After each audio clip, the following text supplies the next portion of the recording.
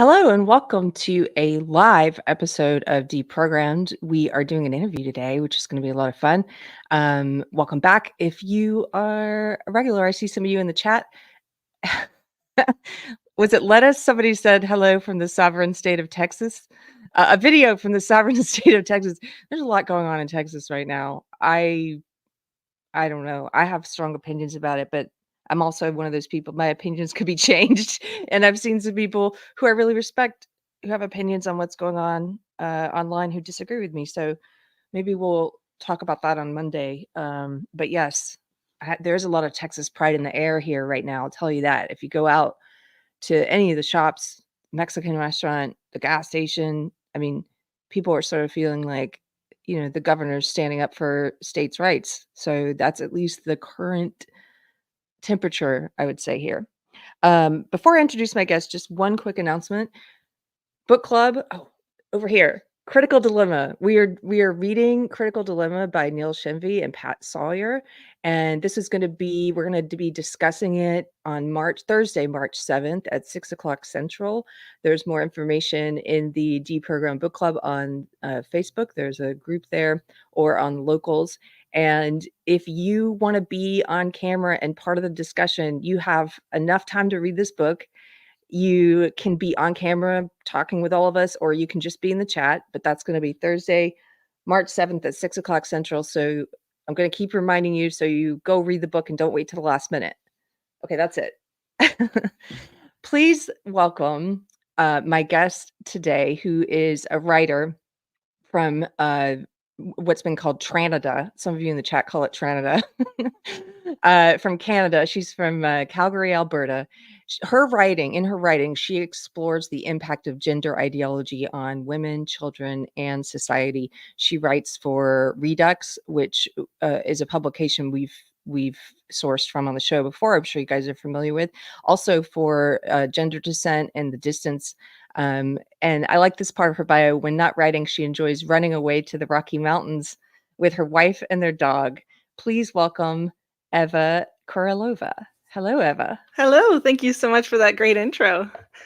Thank you for taking the time out of your day to be here with us today. Of course, happy to. Live. Now, before we start, for the dog lovers in the chat, your dog is in the room. She is. Which way do I have to move? Oh, she's got her head down. She's on there the she sofa. Is. Where? I could see her ear. Oh, there's her ear right there. She's sleeping on the little sofa. Yeah. Yes. Hopefully she lifts her head up at some point. We'll see. Maybe we'll get a dog appearance, guys. Yeah. I'm just saying. Yeah, so we might. So I'm so glad that you could be here, and I just want to say a quick thank you to Cowboy Carpentry in the chat. She might be here today, or if not, I have a feeling she'll watch later. Who introduced us? She was very persistent. Sometimes as we all are today with messages, I'm the worst at keeping up with stuff, and she said, "No, you have to talk to Eva." Yeah, she reached out to me as well, and she was like, "Do you know Keri?" And I was like, "Of course I do." And so I was like, I would absolutely love to appear on the show. So yeah, Cool. thank you. So you are also writing, I didn't mention it in your introduction, but you're also writing for Reality's Last Stand. People here at Deprogrammed, you guys may be familiar with Colin Wright, who I've interviewed before, and Christina Buttons. And I just read a couple of your pieces.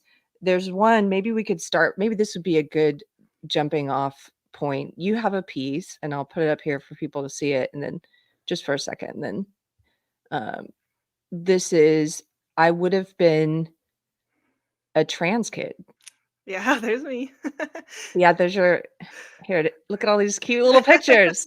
It was fun to go digging for those. So I would have been a trans kid. Stop medicalizing gender nonconformity. Can you just tell me a little bit about your childhood, about gender nonconformity, and how this informs who you are and what you write about today? Sure, yeah. So, like, as the article says, like, as a little kid, I was like quite a tomboy, just a typical tomboy, you know.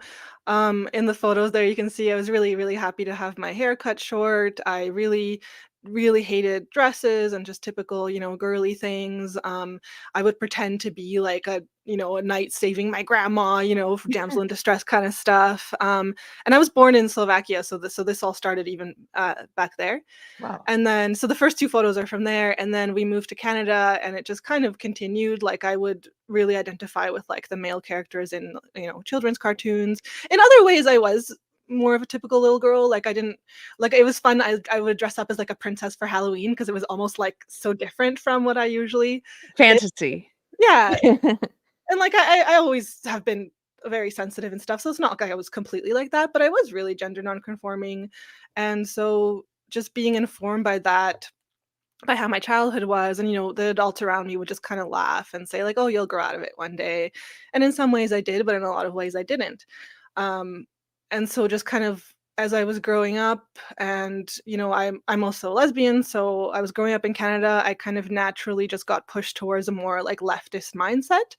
I wouldn't say I was ever super like rabid about it, but it's just like, this is what you do. You're young, you're a woman, you're a lesbian, like you should be supporting like the left side, the liberal side, because the conservatives hate you. They want you to get married.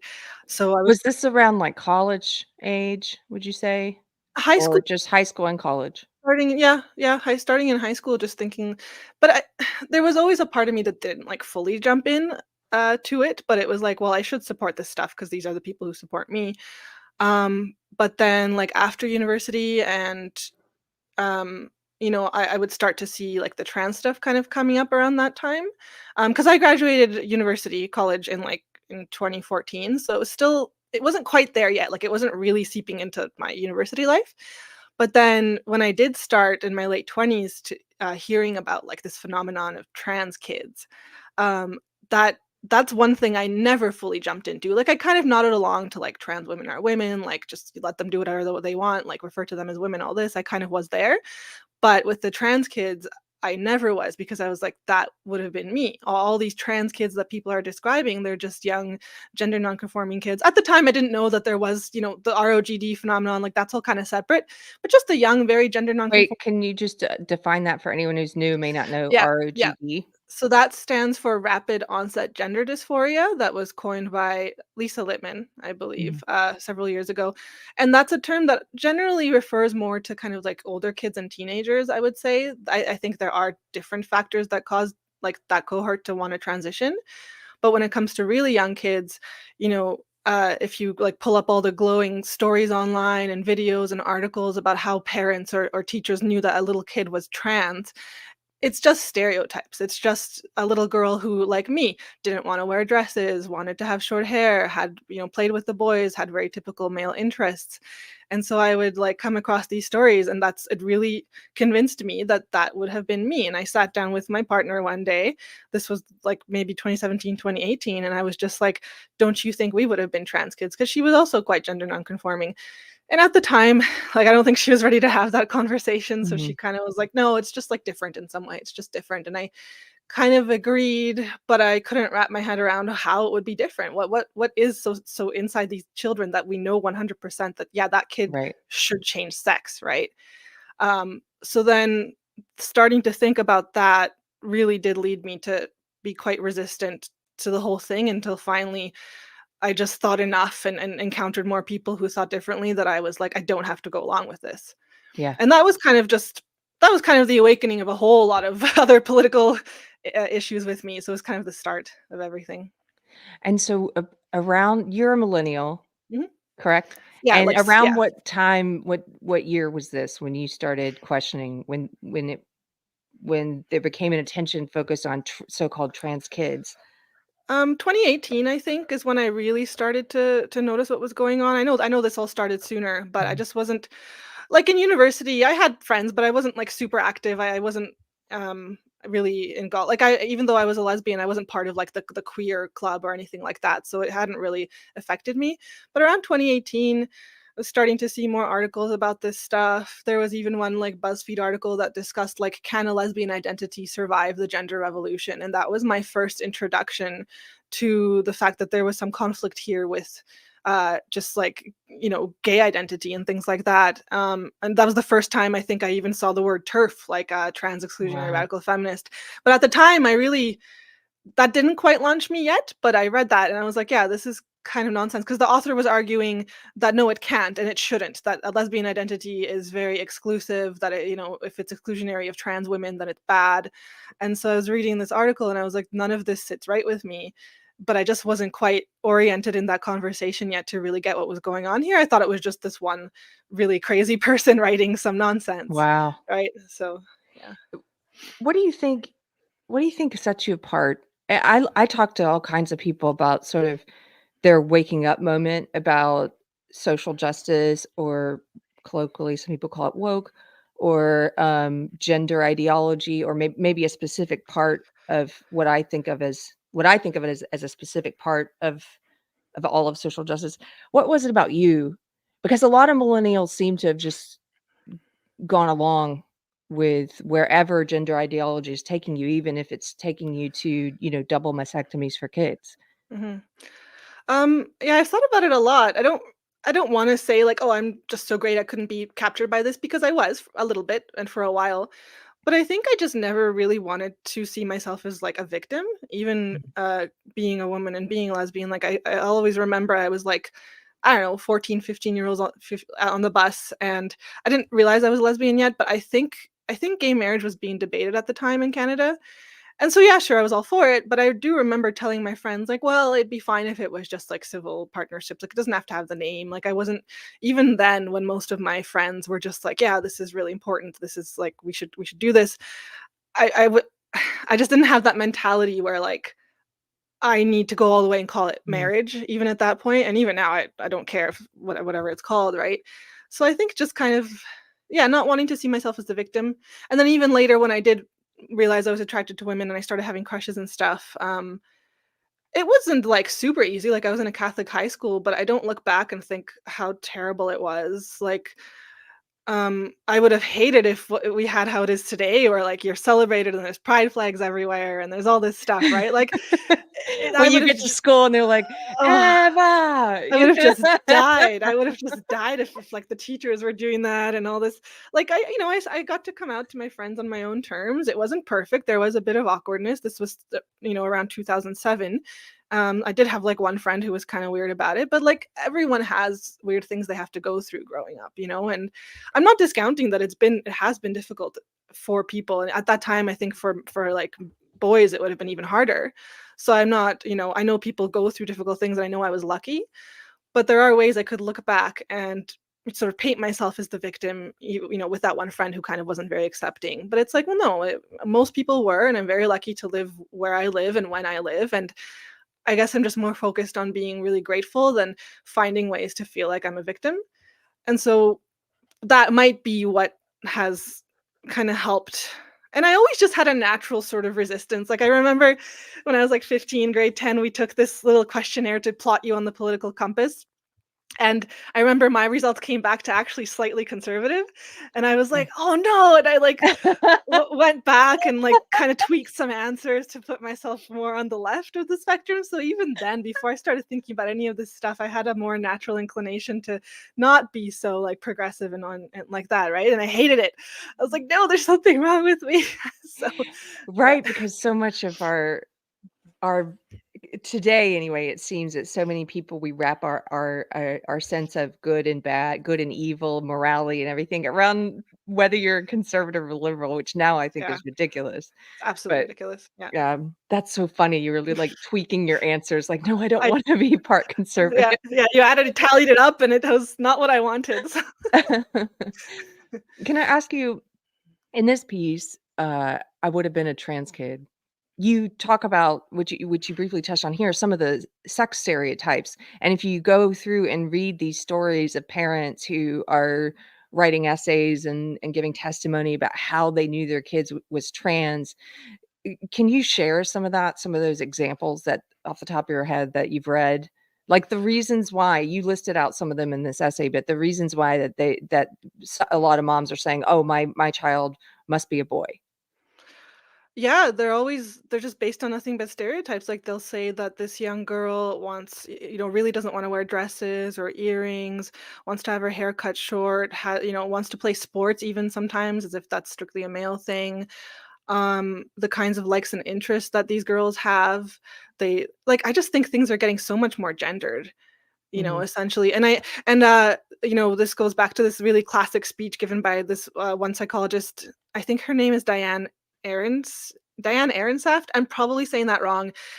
She's like super gung ho into transitioning kids. She has worked with WPATH, the World Professional Organization of Transgender Health, and she gave like this talk. This was years ago now, maybe a decade ago, and so she was talking about some young clients she had, and she like referenced this one kid who was a young boy who would unsnap his onesie to make a dress, and that at like 2 years old, and that was a sign that he was a girl. And lo and behold, that was Jazz Jennings that she was talking about, Wow. because she referenced a kid in the Barbara Walters interview.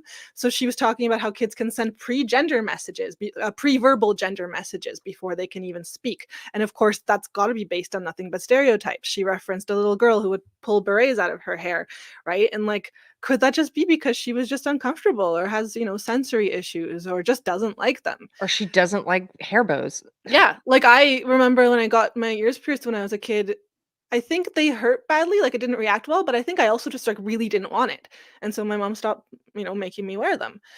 And so it's just people will swear up and down that this isn't about stereotypes, that there's this like really strict criteria, that we have really good ways of knowing when a kid should be transitioned.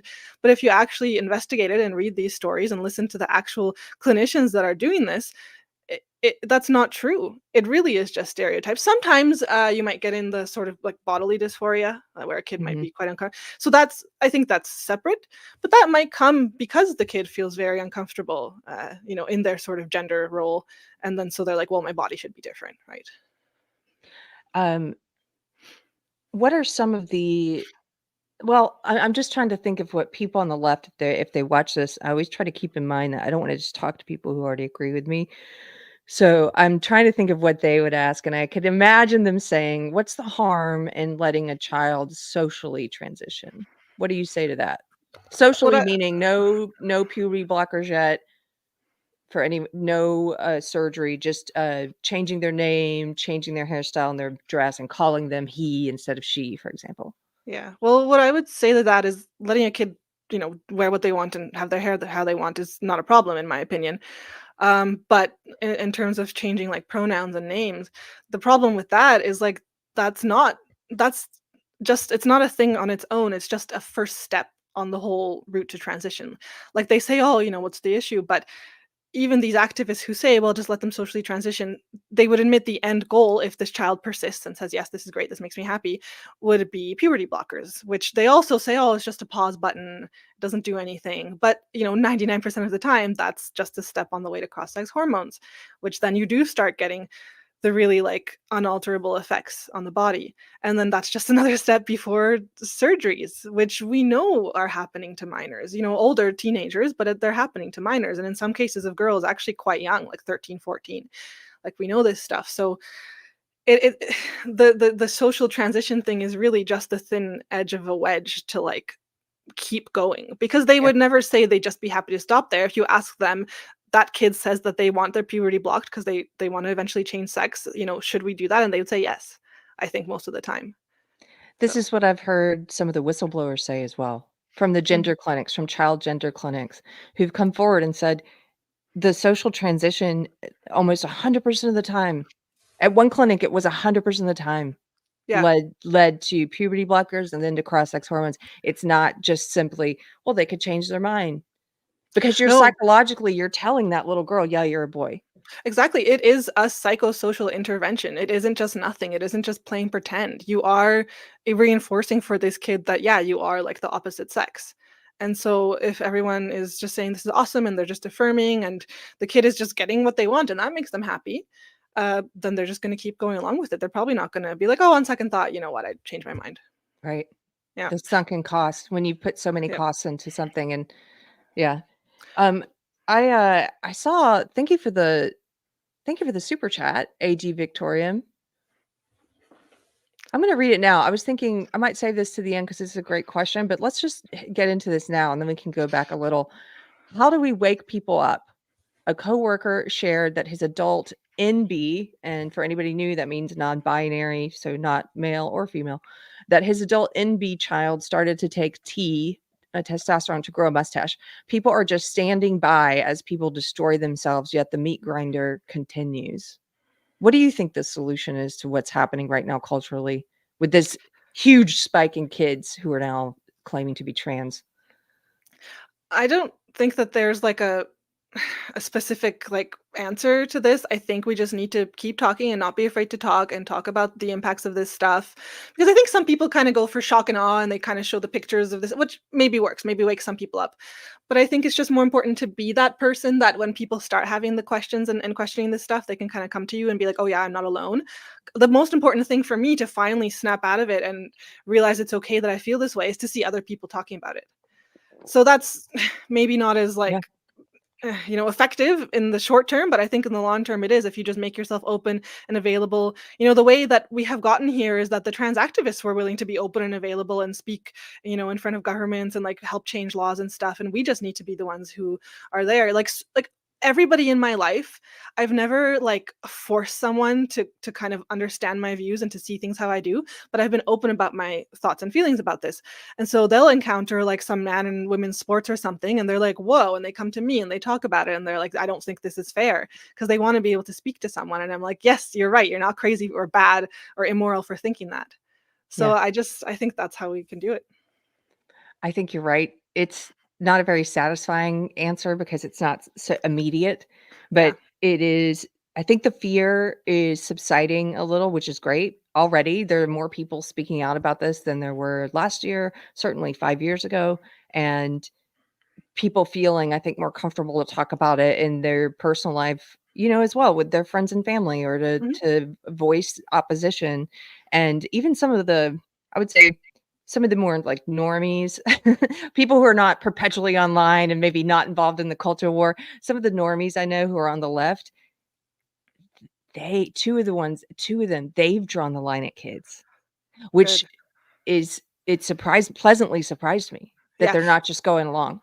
That's really good. That is kind of what I start with when I bring this issue up to people who I don't know where they sit on this. I'm like, come on, at least we can agree that like kids should be allowed to grow up and to not be medicalized at such a young age and to be able to decide when they're older. And I've never encountered anyone pushing back on that, at least. Because sometimes if you start with like women's rights, I don't know, they're already like too far gone. That doesn't really do Yeah. it. But kids is usually a good one to bring up what's happening. And like, do you know that they're actually having their development halted and then altered, and then they're having surgeries as minors. So that's kind of a good one to start with.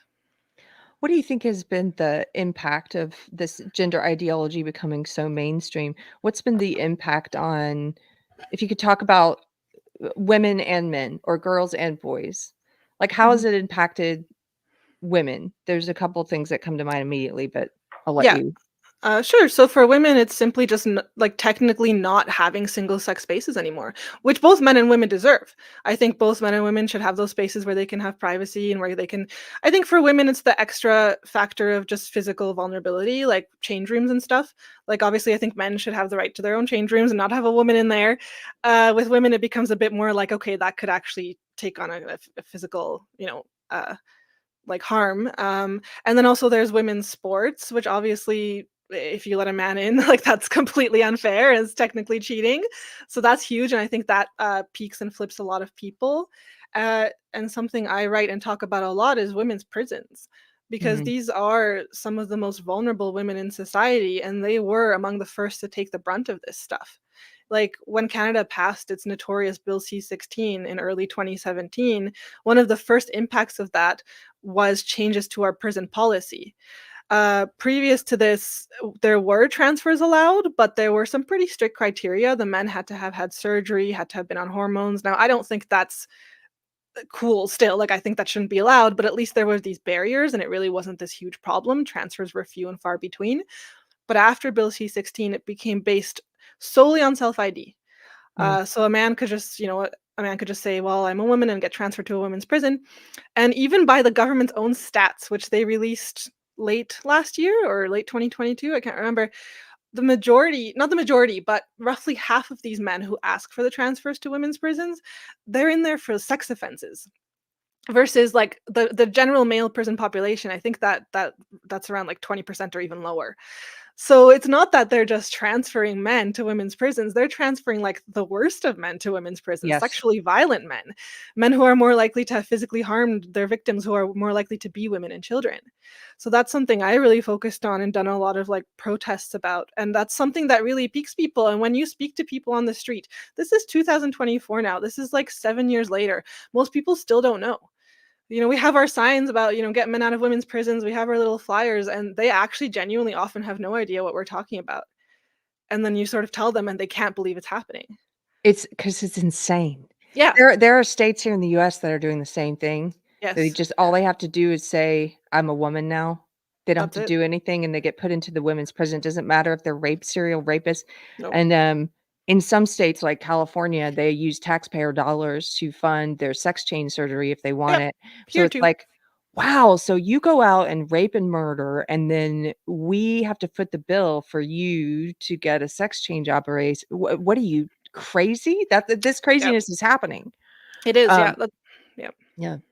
I just I pulled this up while I was distracted for one quick second while you're talking, because when you mentioned sports, I saw a tweet of yours a couple days ago that I just wanted to highlight, because this is happening in sports as well, where now they're getting rid of the pretense that that there's some kind of biological womanness that can be attained through hormone. You can become a woman through hormones and surgery, which you can't. But they're getting rid of that pretense entirely, and they're just saying in some of these sports, all you have to do is say, "I'm a woman." That's it. That's Yep. it.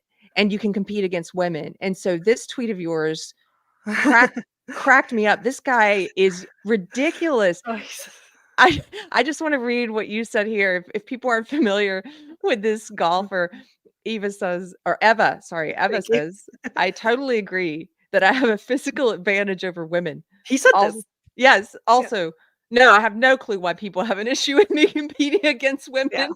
Yeah. That I was paraphrasing, but that's essentially what he said. The interviewer was like, "You understand why people say that, you still have a advantage even with hormones and stuff." And he was like, "Yeah." And then he's like, "I don't know, they just hate me." Let's just watch. Do you mind if we Yeah. watch this Yeah, clip yeah, really go quick? ahead. Because I'd like Yeah. to talk about it. Look at this dude. Yeah. Okay, and by the way, this is infuriating to me when the mainstream media goes along, and they do this with rapists too. They'll say, she raped with her, with what? She raped Well, uh sometimes they'll say with her penis, sometimes they'll say with that. her penis. Like, yeah, yeah. Okay, so here, this is Good Morning Britain, and they shared this little clip we're going to watch, and they said transgender golfer Haley Davidson says she fears for her safety after winning a place on a U.S. tour designed to provide growth opportunities for female players. She has been accused of having an unfair advantage because she's a man. Is it maybe because she's a man? Maybe. Because she can hit a ball further than a female born player. You mean than a female player? Okay, let's just this is 2024, guys. And thank you for tweeting this, because it's appalling, but it's also kind of hilarious. Yeah. Okay, let's watch. Of all the shots that she has hit over the years, Haley Davidson never expected to find herself at the center of a political storm around transgender athletes competing against women in elite sport.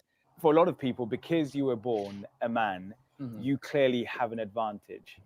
Do you accept that? Honestly, I 100% agree. The men do have advantages. Say you get a trans person on hormones for a year, no surgery, nothing. Good.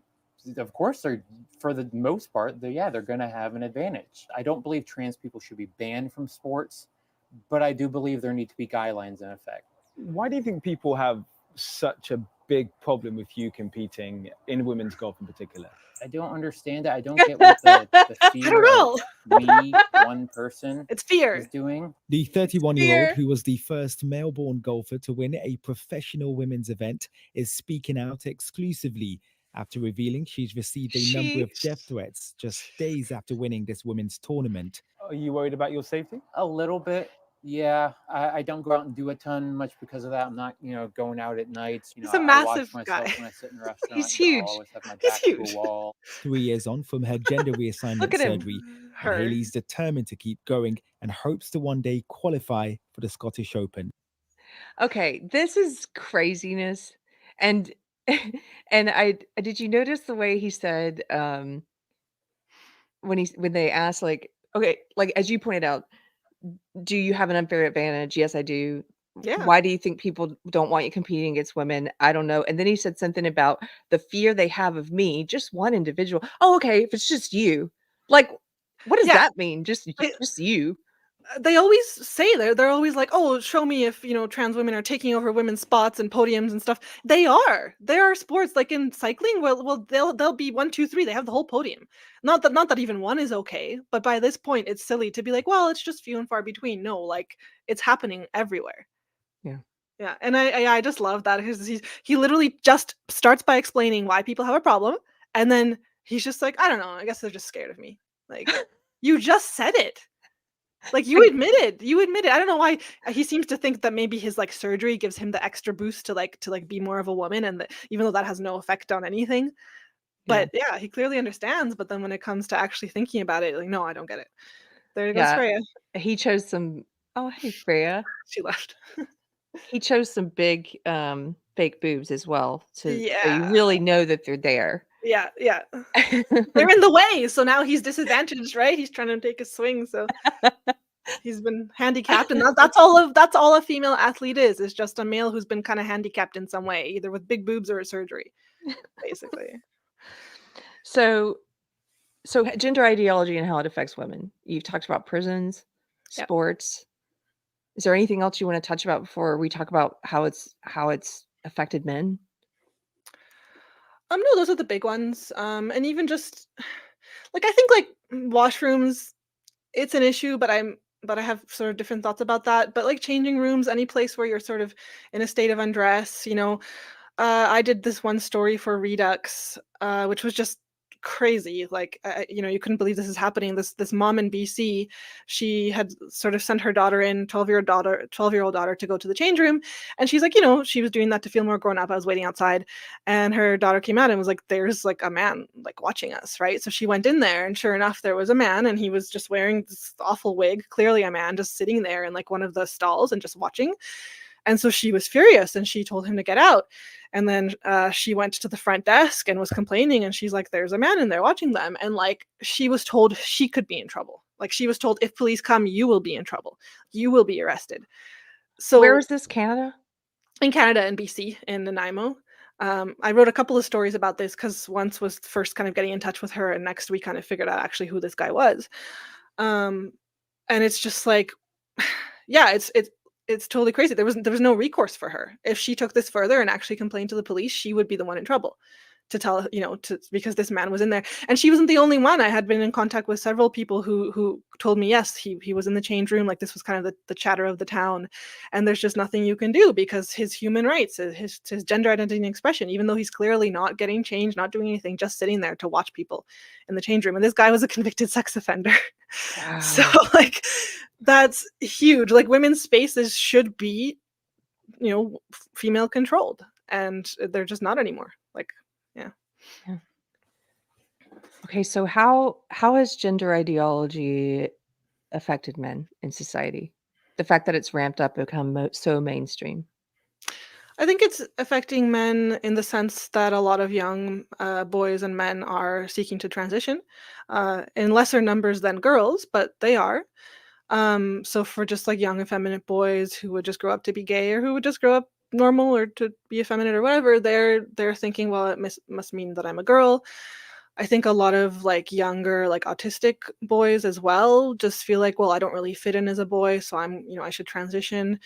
There was that good documentary released lately, like the Lost Boys, because there isn't as much focus on the boys, and I'm glad that there is more coming out about that lately. Mm. And a lot of these young men just talked about how they just really were just kind of more sensitive, not like your typical guy, and they just felt, well, I don't cut it as a man, and I should transition. I think aside from those, I think it impacts men less in general, just because I don't think there's the same issue with their spaces in sports and prisons and stuff. But it impacts them to the extent that I think it impacts like all of society. It is not good for anyone to be living in like this big lie, right? And so, yeah, in that way, it's just kind of important for everybody to be involved and to care about it. And that's why I do see it partly as a women's rights issue, and I do work with like a lot of women's rights organizations, but I'm not limited to that. And I think in some ways that puts me sort of at odds with the broader sort of like gender critical like feminist community that I think did start the pushback that I think really were among the first ones to realize what's going on because of how it impacted women. But because I think my view, I don't just focus only on women, so sometimes there's a bit of tension there. Um, and I have had run-ins and some problems and feeling like the odd one out at the moment. So Oh, can you tell me, you mentioned before we started there was a recent brouhaha or mobbing. I've been through one of those. yeah. I didn't see this. What's happening? What did you Um, say that got people upset? well, I have a friend of mine, Lois, who is a transsexual, so male, but has gone through like all the hormones and the surgeries, and she knows she's not a woman. Mhm. Like, and actually, she regrets it. And I referred to her, she and her, because just my brain sees that she passes very well, and this is just how I talk. And so my friendship with Lois has been very public. I've known Lois online for 4 years. We met in person almost a year ago. We've seen each other a few times since. I've made Substacks about our relationship. We post pictures together constantly when we're together. So I just thought, okay, if anybody had a problem with this, like by now, hopefully they would have shown themselves the door. And Mhm. yeah, I know not everyone is like seeing what I'm doing all the time. I get it, but I just figured I've said enough, right? And so the other day, like earlier in the month, I had just made another tweet kind of referencing that we're friends. Because going back, there was this picture that surfaced of like Kathleen Stock and Julie Bindel, two really major figures in gender Right. critical community, with just some man in the background of this photo. And I didn't know the context of this photo, but the first time I saw it, I saw people freaking out about it. They were like, "Oh my god, they're platforming this trans-identified man. Like, what are they doing? They're traitors." And I was just like, "What is going on here?" I went and I found the context. Kathleen Stock had already kind of clarified that he was just kind of leaning in. They weren't even really together. There was a mixed sex event. And she's a better woman than me because I would have not even given people the explanation. I would have been like, Yeah. Screw you for jumping to conclusions. And so I made a tweet and I was just like, I think it's not good that we do this. See people just photograph with a man, a trans-identified man, and like just suddenly call them traitors, and your opinion of them is just shattered. And then so I followed that up with another tweet that was like, well, by the way, like my best friend is Lois, and we take a lot of photos together. So if you have a problem with that, you're gonna have a problem with that. You're gonna have a problem with me. And I truly, truly didn't think this would be big at all because, like I said, we saw the premiere together. Lois and I saw the premiere of our province together. Like, and that was quite big. I wrote about it and everything to talk about this stuff, like kids transitioning and stuff. Because Lois is completely on our side. Like, she Yeah. supports female, and so I just kind of let that go. I thought the first tweet would cause more drama, but finally the right people saw that I have this friend, this transsexual male friend, and it suddenly became this huge issue. Like, I suddenly to these few honestly, like, I had already had a lot of these players muted, so I didn't see a bunch of it. Like, a lot of my friends told me what was going on. They were just like freaking out, and I was suddenly a traitor. I had been misleading people. I was a backstabber. And I was Eva. like, No. Okay. I didn't see this, but wow, I didn't know this is what it was going to be. oh yeah, I went through something similar recently because I I know. had a picture with Blair White. Yes, I And know. yeah, and so I had one woman on Facebook who was calling me and messaging me incessantly wanting to correct me. Oh So, my some god. stranger in another country. I'm like, why are you blowing up? First of all, if you don't know this, Facebook people can call you. So you've got to disable that. But Yeah. and then she went to a friend, the famous artist Bertie Rose, Yeah. and said, Bertie doesn't use cross-sex pronouns ever, but I will, and I've explained why and when and how I decide. And it's sort of like you with Lois, if it comes naturally to me, I'm not about to jump through hoops. I already left this cult. Exactly.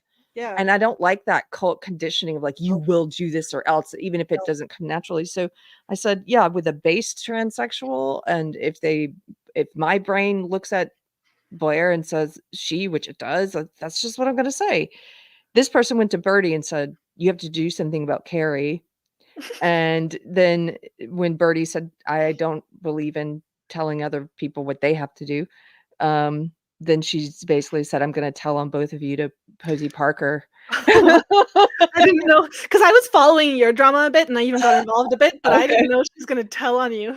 Yeah. Report, which Birdie was like, Kelly Jean is awesome, but she's not the boss of anyone. What are you talking about? It's because it's that same cancel mentality. It's the same mentality of this very puritanical, you're either with us on everything lockstep or you're a traitor, and then what happens in the woke world? They mob you, they try to get you fired. Well, if there's no one to go to get you fired, then I guess they look at other people like Posey Parker or whoever and say, well, I'm going to go to that person, right? Oh my God. But man, I'm sorry you went through that, and I'm going to go back and look at some of it, because that's ridiculous in my opinion. It's sort of, how am I supposed to cut off friendships with people who I genuinely like because they have gender dysphoria, and who don't disagree with me? You know, my friend Sarah Higdon doesn't claim to be a woman.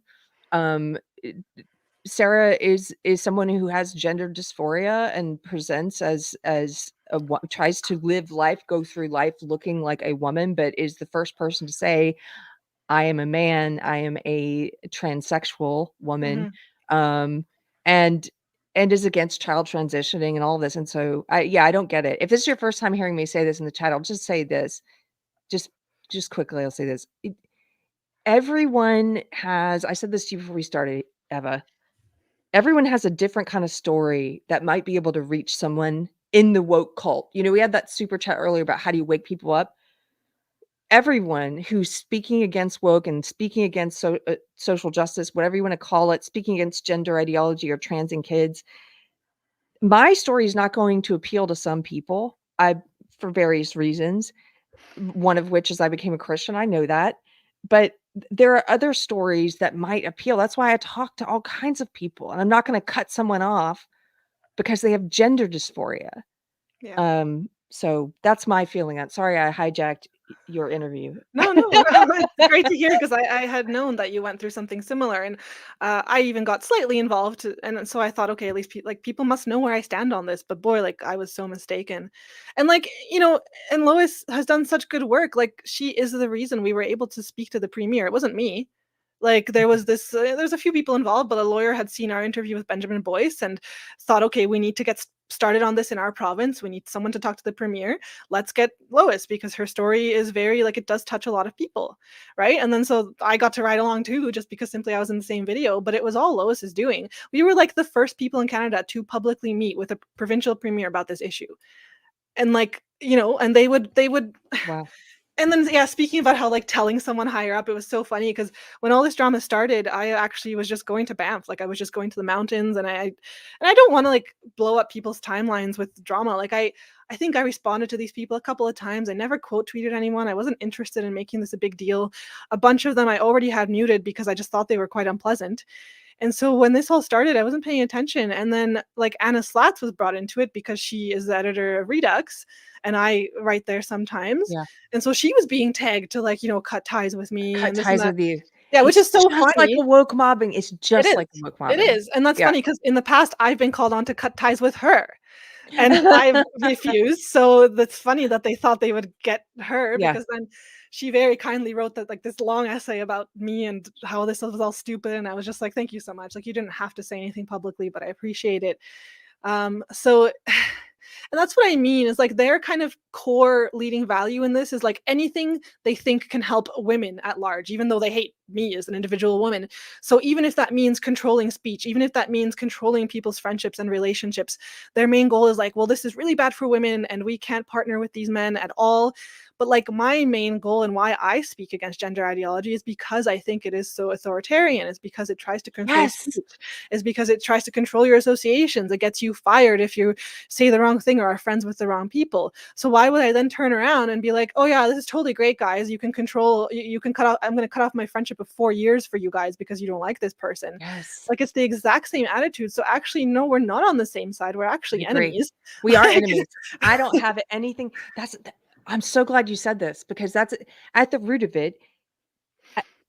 This is an authoritarian, illiberal, censorious belief system. Social justice, woke, whatever you call it. And there's all these different identity groups and movements under it. Okay. And the trans issue, the gender ideology is just one part of it. There's the Yes. race thing as well. There's the fat thing that, I mean, every measurement of identity, it's been taken over. Yeah. And so what I find is that I think it's a vocal minority in the gender critical movement, but this vocal minority, they, much like the woke, they're very loud and they're very angry, but Yes. also they, in my opinion, they haven't left all of social justice or mentality. They're still in it for when it comes to the way they look at the identity groups of, women and men, Yeah. and women being the oppressed and victims. Is that, Yes. what do you think is going on with them? That is exactly what I was about to say. Like, ever since I kind of joined this movement to push back since the beginning, when I would say it really was mostly kind of gender critical radical feminists on the left, like they truly were kind of the first big group to be against this. But it's not only them anymore. But when I first joined, right away I felt at odds, because right away I knew that it wasn't just the gender thing in isolation that was bad, that we had to fight against. Like, as soon as I started seeing that that was an issue, my eyes were open to everything else you just said, right? But when I first joined this movement, I felt like there was many people who did just have the view like, well, we just have to excise this trans thing and everything else is fine. Everything They else is still- fine, They right? still had the kind of intersectional approach that, Mhm. the identity categories, especially when it comes to men and women and everything. So from the beginning, I felt a little bit like there was some tension there. And that's why I did try very hard to make it known what I'm about, and like, politically and everything else and all my ideas. But and like I said, I don't expect people to know that about me. But some of these people, like, as soon as I hit some arbitrary number of Twitter followers that they began to pay attention, they just write this story about you in their head. Oh, she's a woman, she's a lesbian, she speaks against this. This is what she must believe. Mhm. Right. And I'm so against that kind of stuff. Like, I know I make assumptions about people, but I really try not to. And I give them the space to like surprise me or to be themselves, right? Not just impose my assumptions on them. Like, this one woman was trying to prove that I flipped my mind on pronoun use and stuff, which if I had, I would admit to. It's totally fine. People can change their mind. But it's like I instantly dug up like tweets going back 4 years of being incredibly consistent that I just Mhm. don't want people's speech to be controlled. Preferred pronouns, as much as it is lying about reality, in my opinion, it's more about coerced speech. Mhm. So you're not going to then turn around and convince me that another type of coerced speech is okay. Correct. Right? And so they really Exactly. are still some of these people, not all of them, I think in general, they're kind of waking up to the harms of all of this. They really are just what I fight against in general. Yeah. And so, yeah, that's why there's been this tension. And honestly, at this point, I hope that most people just realize, and like, I have nothing against, do your own thing. I haven't attacked anyone in all of this. Just do your own thing. That's okay. I don't care. But just be okay with the fact that I'm over here doing this. I'm Like, gonna that's do all my I ask. Like, that's and all I want. yeah. You do not have a right to say, "I must say." There were people when it happened to me that were in there saying, "You you must say this." Mhm. No, I'm do you know what words mean? I don't Well, have to. I can and say like, what I want. My thoughts and exactly. my words are mine. Exactly. Like, that's my main thing. And like the way this spiraled was just so crazy, because really, beyond saying that, Lois is my best friend and all this, I didn't really say much more on the issue. And it spiraled into like, I'm demanding that women use female pronouns for men. I'm demanding that people see my friend as a woman. And No. I don't even fully see Lois as a woman. I just see Lois as Lois. Like, suddenly also, like, Anna left me a voice note one day. She's like, I'm hearing that you support men in women's prisons.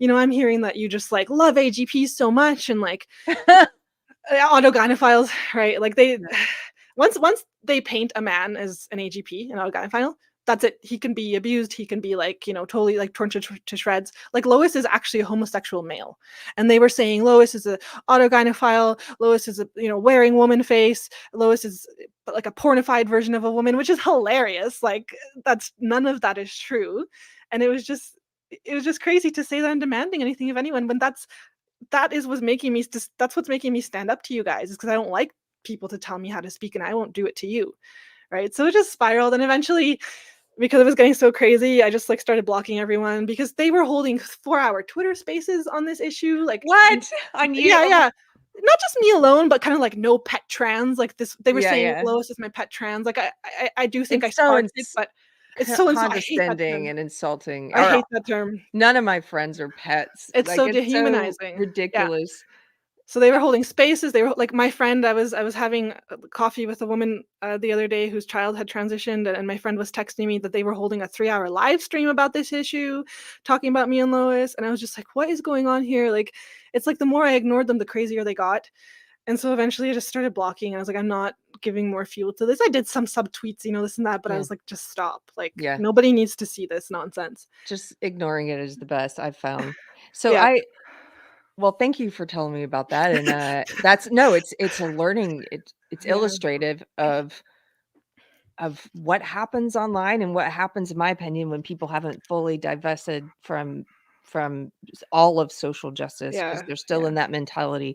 But I want to get back to quickly. There was something you said earlier when you were talking about how transing gender ideology becoming so mainstream, and the idea that we should be transing kids becoming so mainstream, how it differently has impacted men and women, but it hasn't impacted both.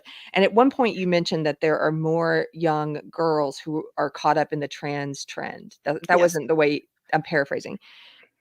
Why do you think that is? And it's an explosion of young girls. Yeah, it is. Yeah. First of all, thanks for letting me rant about all of that. I'm glad. So it used to be actually that the sex ratios used to be like flipped to favor young boys, like back decades ago, before this was a big trend. It would be something like 75% of the kids would be young boys and 25 young girls, maybe even more. And then as this started to take off and become a trend, I think sometime around 2015, suddenly the girls were just exploding. Like suddenly the sex ratio completely flipped. Here in Canada, actually, there was a study published a couple years ago of our gender clinics, and girls made up, I think, like up to 80% of the patients at these gender clinics. So it's just massive, huge discrepancy. 80%. 80, yeah, 79, something like that. Wow. So that's like massive discrepancy. And so I think, and so that's where the ROGD, rapid onset gender dysphoria, kind of comes in, because that's what Lisa Littman was attempting to look at, like, why is this happening to young girls? So I think part of the surge can simply be explained by the fact that this has become a big trend and just more young kids know about it. But so she hypothesized with this ROGD that it is a social contagion, essentially, because we have seen throughout history that groups of young girls can pick up these kind of like psychic illnesses, like that, like you find them in friend groups. I can't think of any good examples, right? Oh, but even like anorexia, right? Oh, Like anorexia. that was exactly right. So these kinds of things tend to impact young girls, especially in friendship groups. You'll get a couple of them doing it, and then the rest will do it, right? So this sort of perfectly fits that trend we've noticed for decades now of girls, doing this. So I actually I think that has really good explanatory power. It's quite obvious, a lot of people will say, like a lot of teachers will say, like, oh my God, all the girls in my classroom are like slowly one by one declaring that they're boys. Yes. Right. And we can't also social media, we can't ignore that. I think mid 2010s is when like a lot of teens started being on social media, Instagram and everything. So I think that helped to proliferate this. And more recently, TikTok seems to really be helping to drive that forward. So I think this all really fits with the fact that young girls are just more prone to developing this kind of stuff and to kind of going along with social contagions. Yeah. I absolutely agree. And you phrased it really well. And yes, anorexia is the first thing that comes to mind for me. Yeah. I'm a bit older than you, and I remember when it became popularized. See, here's the danger of, I'm not saying that people should not portray characters with different kinds of problems in the media, in entertainment. But there is always the danger that you introduce an idea to young people, and especially to young girls. Yeah. And for some reason they're more apt to pick it up if they feel awkward or isolated or alone or different, or which a lot of girls do. A lot of kids do. Yeah. And so I remember when anorexia first was there was a character, Ally McBeal, I think, was dealing with it. There were characters on television suddenly who had anorexia. I had never heard of it, but then, man, everybody, boom, it exploded. And we didn't even have the internet then, but it exploded. Exactly. Or we did have it. I'm so old, I can't remember. Anyway, it wasn't like it is today, where it's on your phone and it's always with you and people are perpetually online. Yeah. And like something like a lot of these kids are really vulnerable in certain ways, right? So like I think another kind of mind-blowing statistic from the same study in Canada that I was quoting from is, so in Canada, our Indigenous population, like the Indigenous kids in Canada, I think make up something like maybe 4% of our population, but at these gender clinics, they made up 19% of the patients, of the child patients. So they are so overrepresented. And I think it is because they just tend to be a bit more vulnerable, and maybe there's like family issues there, unstable life. We have our childcare system. They're also vastly overrepresented in that. So obviously the study didn't go into these factors, because this study was totally pro-trans. Like it thought this was great. It's awesome that kids are getting trans, but at least it honestly reported the numbers. And the numbers themselves are so concerning. Like, why so many more girls? Why so many more Indigenous kids? And for them to not have the curiosity to ask about that, it's crazy. Like, they release these, fun, bright, colorful infographics with the statistics of the girls and Indigenous kids. And it's like, this is all great, but there's got to be a reason for that. It's the same thing with autistic. You mentioned Yeah. autistic boys before. Yes. I've seen in some of these parents groups on Facebook, parents of trans kids, they will acknowledge the fact that it's a very high percentage of autistic kids, but then it's almost like they think that's just innate. Well, Yes. autistic kids just happen to be more autistic kids happen to be trans. Yeah, I've come across studies like that too. They're honest and they say, yes, this goes hand in hand with autism, but they'll just say, well, that's okay. That's totally fine that happens. They're like, well, they're just, less likely to adhere to gender roles, and that's why they transition. But then shouldn't somebody just tell them, well, that's okay. You can just be yourself. You can just be your sex, and you don't have to adhere to, because they tend to be quite rigid and think, okay, a man acts like this, a woman acts like this, so I don't act like a man, therefore I'm a woman, right? When you could just really try to say, well, no, it's okay. You can be exactly how you want. Yeah. Right. So yeah, the autism thing really gets me too. I've got a couple super chats here. Thank you guys so much. AD Victorian for $10. Oh, we got that one. Thank you, sir. Keto and Crime is here. Do you know Tracy from Keto and Crime?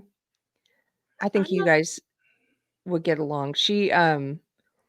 She gave a super chat for $5 and says, I love the Canadian politeness, even if being attacked. Thank you.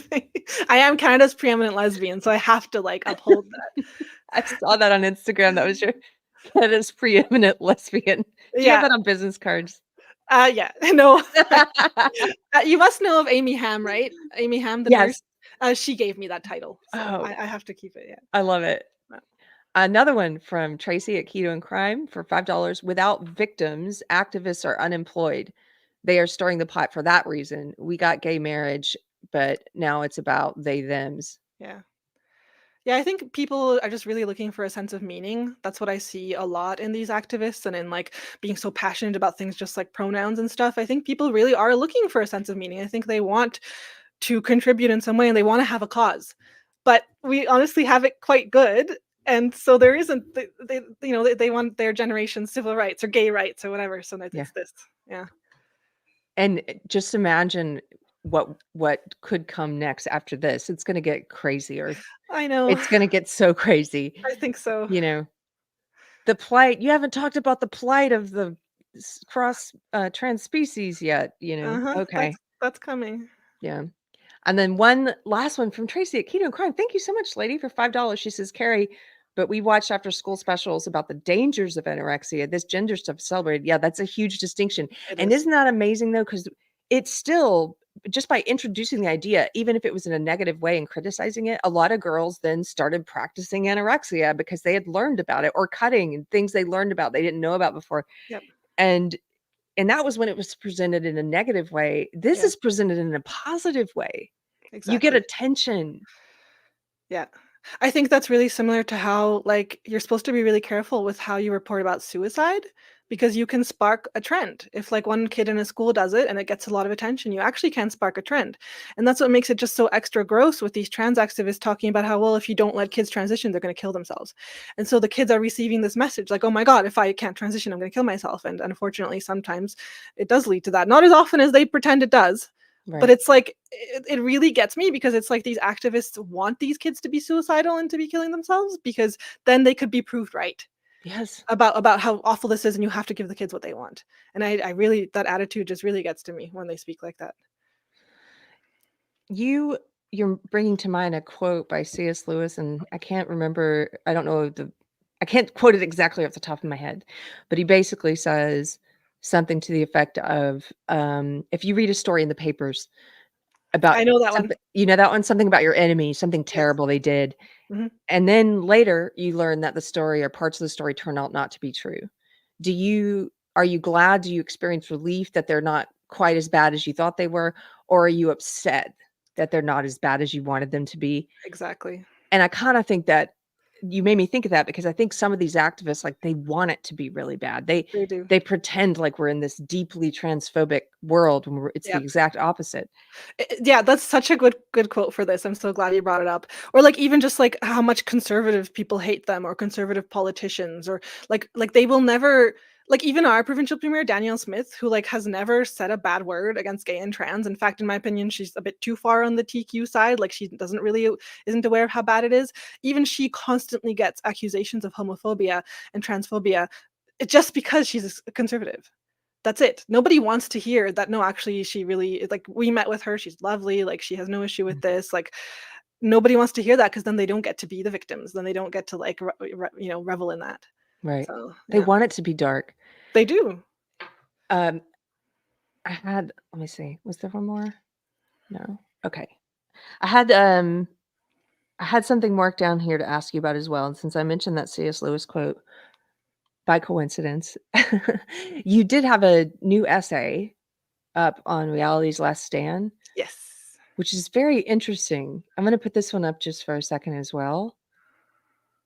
And this is a short one. You guys should go read it. All of the essays. Also, you can go to Eva's Substack as well. We've got the links below in the description.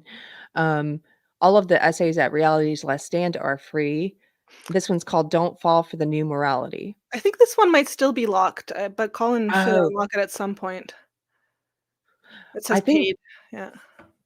Oh, is that why it was so short? I was like, oh, this was short. Oh no, it's long. Oh. He should unlock it soon, and I'd love for you to read the whole thing. Okay.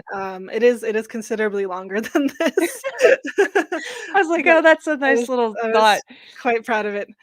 So tell me a little bit about what you're talking about here, about C.S. Lewis and morality. Yeah, sure. So it's a huge topic, but so he did these 3 lectures where he talked about how like he was essentially warning, short version of this, he was essentially warning against a very relativistic morality, and as opposed to kind of a more objective one, that yes, there is right and wrong, good and bad, and he seemed to think that we used to believe in objective morality, even though sure it could differ from culture to culture, and he called it like the Tao or the Tao, depending on what you use. And he was really warning against getting to a place where it would be purely objective and relativistic, and subjective and relativistic. And so I read The Abolition of Man almost a year ago, and it really stuck with me ever since. So his lectures were collected in a book called The Abolition of Man. Everybody should read it. It's like one of the most influential books of the 20th century. And so it really stuck with me, and I've been thinking about this for months and months and months.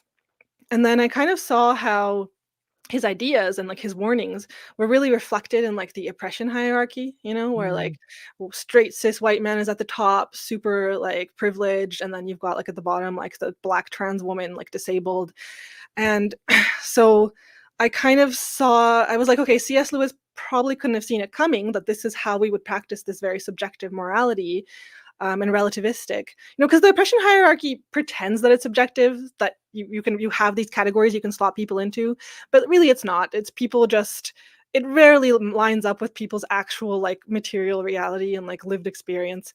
It's really just like whoever's kind of in political and social power will tell you, yeah, like these are the people who are privileged and these are the people who are oppressed. And Right. The crux of it is that the people who are deemed oppressed just like can do no wrong to the people who are privileged, especially if they are directly oppressing them or said to be. So later on in the essay, which hopefully you can read later, I do tie it a little bit into gender, because obviously I talk about that a lot. So there's this idea that the trans women just like cannot can't really, like cis women are oppressing trans women. And so that's why when at rallies they're holding signs about like decapitate TERFs, or like they show up at women's events with like a fake guillotine or things like that, it's not seen as a bad. It's fine, because they're the oppressed, that's the oppressor. You can do anything you want, right? And so later on the essay, even kind of say it to the October 7th attacks too, like the way that people said like Hamas was like, well, they're oppressed, that's the oppressor, like that. You end up excusing mass rape and murder because an oppressed demographic did it to their oppressor. Yes. And so I was really struck by how that lined up. I was like, oh my God, like C.S. Lewis warned about this. He said we would have a future where basically everything is determined by like the conditioners, and where essentially just this very small group of men end up controlling everybody else. And I kind of saw that with like the social justice woke hierarchy, because they're just saying where you slot on this, and then there is no objective good or bad, because like I said, rape and murder could be excusable. They aren't just bad in and of themselves. And so that was just brewing in my mind for months, and finally I got it out, and I was, asked Colin, hey, do you want to post this? And yeah, hopefully he unlocks it soon. I love this. I love this topic so much. Thank you for writing this. I can't wait to read the whole thing. You're exactly right. They don't believe in objective good and evil.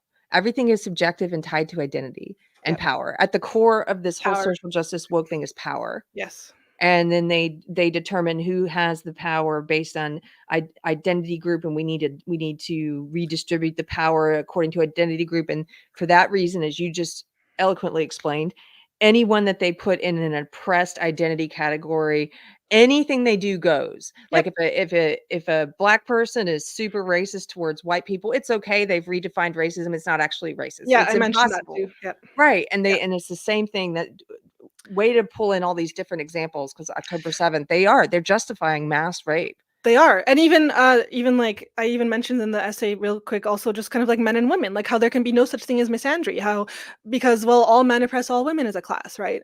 And that's another way where I found myself at odds with the kind of more gender critical radical feminists, because the reason it was so funny during all of this like kerfuffle. They were saying I was this high profile feminist, blah, blah, blah. I don't call myself a feminist. I don't mind if people do, if I align with their view of feminism, but I don't buy the idea that, which I think is quite essential to many versions of feminism, that all men oppress all women. Like, I just don't buy into that, right? And so that's something I mentioned in the essay as well. Yeah. You can join I have a group on Facebook called Feminists Against Feminism, and you can be a part of that. Sure. That'd be awesome. Okay. Really just cut those ties with the community. I just like it because it's funny. It makes you think, wait, what? Who? Yeah. like look, I consider that I do fight for women's rights, like women in prison and all this. Like, I do consider that, but that's because like it's not sure, call that feminism if you want, but I just see a way where women are being trampled by this ideology, and I want to fight against it. I keep it simple like that. Yeah. Pirate Tomsky's in the chat. I just want to highlight this, give it up for one of our mods, the British mod, Pirate Tomsky. This is exactly why communists murdered 100 million people in the 20th century. Yep, exactly. Actually, after I wrote that essay and had submitted it to Colin, I was reading Alexander Solzhenitsyn, Warning to the West. And literally I got to a section where he said exactly what I had just written in the essay. He was just like, the communists were excused to kill hundreds of millions of people. Exactly like that. Yeah. He has some great quotes about it, how ideology is what evildoers use to justify doing evil, because they have to believe they're doing it for good, to make things right, to make things equal, Exactly. Yeah. And so another reason why I think I was always resistant to this kind of mindset, because you asked me earlier, was actually, so I was born in Slovakia shortly after communism fell. So my parents lived through that. The tanks came in to my mom's village when she was like 4 years old. And so until just before I was born, they were living under that.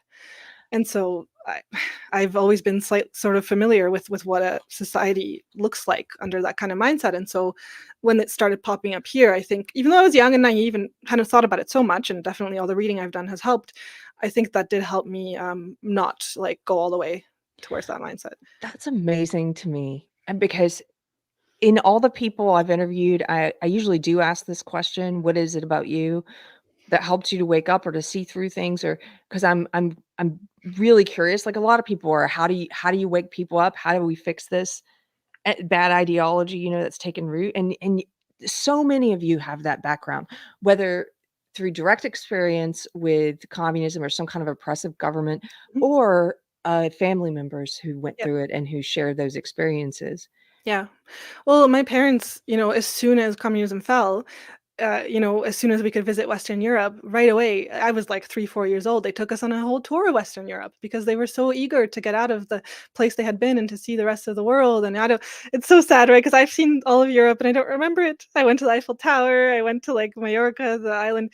But anyway, and then shortly after that, they were like, okay, even though communism had fallen, it was still like in the culture, they still didn't really like the culture, and so they wanted to move to Canada because to them it was like this bastion of like freedom and liberty and everything. And so they've been quite upset about the way our country is going. Yeah. Because they're like, oh my God, we left this and now it's Yes. here again. Yeah. That's what I've heard a lot of Chinese people saying, like a lot of people, who've left. They're like, wait, what's going on here? This is what I was trying to get away from. Exactly.